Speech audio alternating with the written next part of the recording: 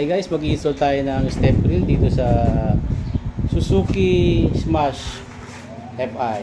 Ayan, ito yung motor na install natin ngayon. Ito po yung step grill na ikakabit natin. Stainless po ito. Ayan siya. Okay. Sunod naman natin tatanggalin itong mga nut.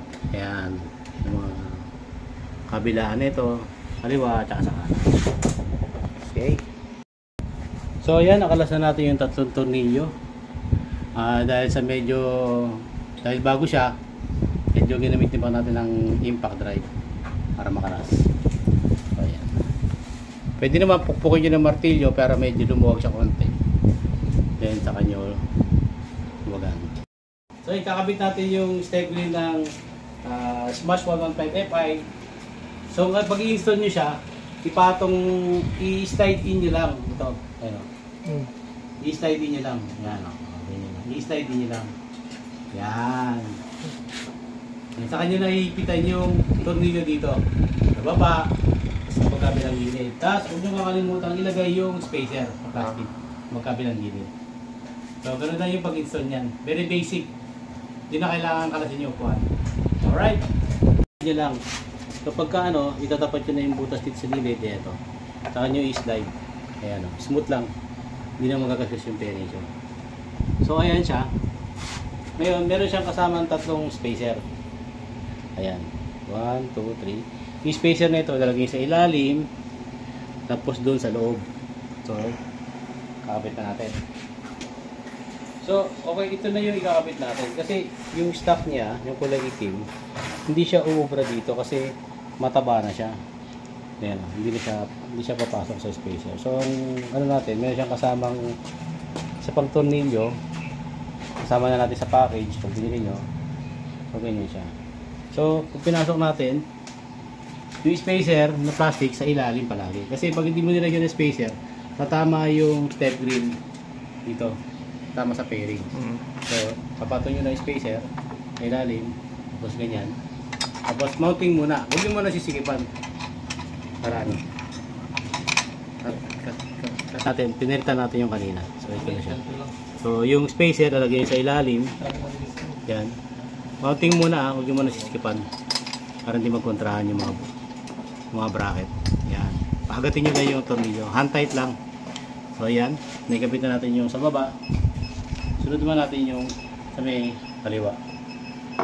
Ikot ko. Ikot ko. Ito kasabit. So, yung spacer, pinailalim natin. Pinabit natin dito. Ayan. Kaya nilagyan natin ng rubber para hindi magasgas yung bearings yun. Yung spacer, yung plastic na yun. So, yung stock lang na bolt, okay na. So, next naman, sa kabilang side. Yung sa kabilang side, ito, yung plastic washer sa ilalim. Ayan.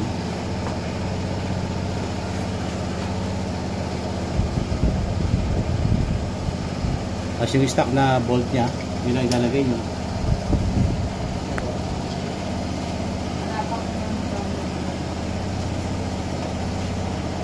Yan, higpitan nyo na lang.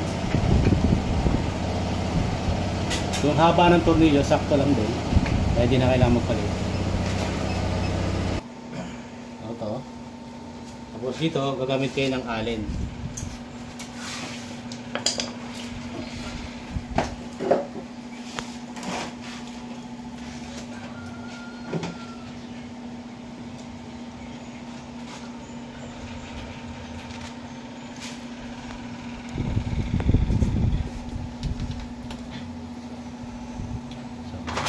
So yan siya, pagkakinabit nyo.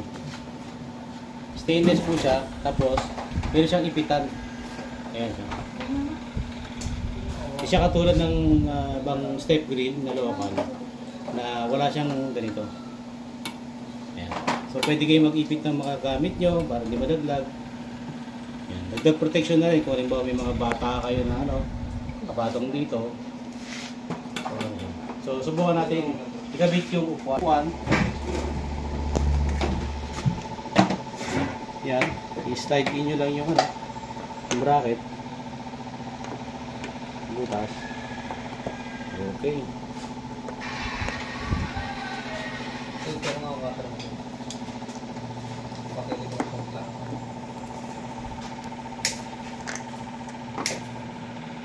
Bilang.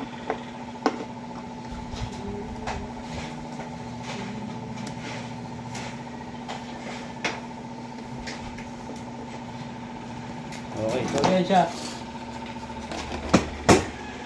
Okay naman. So kung titignan nyo, yung step wheel natin, hindi siya nakadikit sa fairings. Okay siya dito, walang tinatamaan, so walang damage. Tapos yung clearance dito malaki. Sakto lang. Ngayon mo lang din yan. Pinayo nyo, yan. Hindi siya tumatama dito sa step wheel. Ginawa ko pa rin ito gabi. Oo. Okay. Siguro, simulan ako makagad. Siguro, uminto ako na. Ay! Hindi yun. Hey! Session-isan. Sakto-sakto. Ano po yun? May nasakatan na ako. Wala. First blood.